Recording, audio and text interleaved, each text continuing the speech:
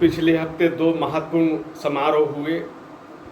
एक तो नई दिल्ली में आत्मनिर्भर भारत का संदेश देते हुए संसद के नए भवन का उद्घाटन हुआ। इसके कुछ दिन बाद पूरे देश में शिव साम्राज्य स्थापना दिवस मनाया गया। इस दिन महाराज शिवाजी ने हिंदवी साम्राज्य की स्थापना की थी। दोनों के समारोह में एक सुंदर संयोग देखने को मिलता है। महाराज शिवाजी का जब राज्याभिषेक हो रहा था तो उसमें तमिल कवि ने वहाँ पे प्रशस्ति गान किया था। काशी के वैदिक विद्वान ने राज्याभिषेक पर एक नया भाष्य लिखा था। 7 पवित्र नदियों के जल से वहाँ राज्याभिषेक हुआ था, मंत्रोच्चार हुए थे और पूरे जो भारतीय परंपरा के अनुरूप उनका राज्याभिषेक हुआ था। संयोग देखिए कि उस समय भी शिवाजी को विरोध का भी सामना करना पड़ा था। अनेक जो भारतीय राजा थे उन्होंने भी उस समारोह का बहिष्कार एक प्रकार से किया था। इसके पहले महाराज शिवाजी ने कई राजाओं को पत्र भी लिखे थे।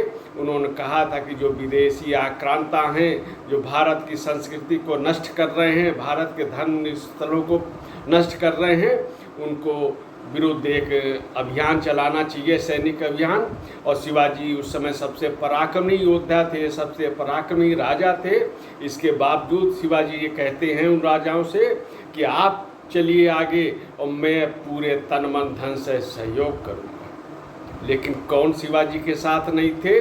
जिन्होंने केवल अपने निजी हितों को महत्व दिया, जिन्होंने समाज के बारे में चिंतन नहीं किया, जिन्होंने केवल अपना पद बना रहे, अपना सिंहासन बना रहे, इसी पे चिंता की। लेकिन शिवाजी तो पूरे समाज के बारे में सोच रहे थे, पूरे देश के बारे में सोच रहे थे। इसलिए उनको विरोध का भी सामना करना पड़ा, लेकिन वो कभी विचलित नहीं हुए। इस मार्ग पे चलते रहे जहाँ एक स्वाभिमानी साम्राज्य की स्थापना करके उन्हें पूरे देश को एक संदेश दिया। और ये केवल राज्याभिषेक शिवाजी या महाराष्ट्र तक सीमित नहीं था। जो संदेश यहाँ पे दिया गया वो एक गुलाम उस समय जो भारत था उसके लिए एक संदेश था। जो विदेशी आक्रांता थे उनके विरुद्ध एक जागरूकता देने वाला ये राज्याभिषेक उस तरह का था और ये पूरे देश को जागरूक करने वाला एक समारोह बना था। नए संसद भवन के उद्घाटन पर विचार करिए। प्रधानमंत्री नरेंद्र मोदी ने कुछ नया तो नहीं किया। शिवाजी भी केवल अपने शौर्य से स्थापना कर रहे थे साम्राज्य की।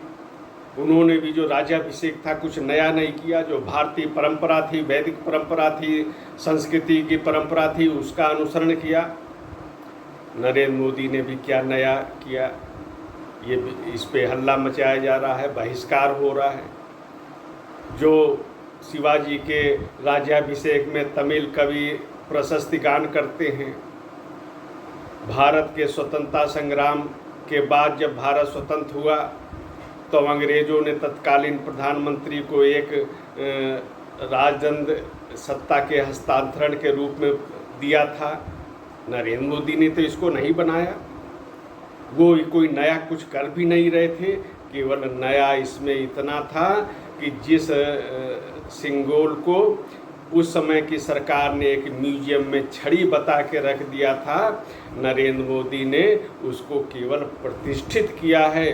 और प्रतिष्ठित भी अपनी इच्छा से नहीं किया, उस परंपरा का निर्वाह करते हुए प्रतिष्ठित किया जिस परंपरा के अनुरूप उस प्रतीक को बनाया गया था और उसको समर्पित किया गया था तत्कालीन प्रधानमंत्री को। पीताम्बर ओढ़ के उन्होंने इसको ग्रहण किया था।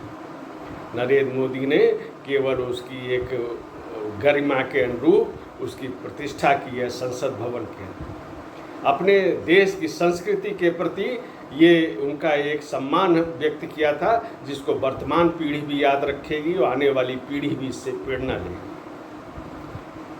ये कहीं से इसको कहा जा रहा कि धर्मनिरपेक्षता की दुहाई दी जा रही है।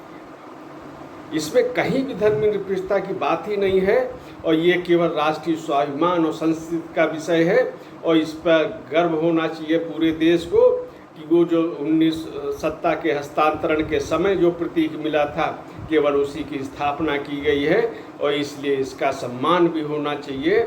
जिन लोगों ने इसका बहिष्कार किया है, मैं समझता हूँ कि उन्होंने उस भावना को जो भारत के संस्कृति की है उसका बहिष्कार किया है। तो तमिल संस्कृत के अनुरूप वो राजदंड बनाया गया था, तमिल संस्कृत के अनुरूप नरेंद्र मोदी ने उसको स्थापित किया है, उसी परंपरा का निर्वाह किया है। और जब ये निर्वाह हम देखते हैं तो ये तमिल संस्कृति केवल नहीं रह जाती है, ये पूरे भारत के सांस्कृतिक राष्ट्रवाद को प्रकट करने वाला अवसर था। और ये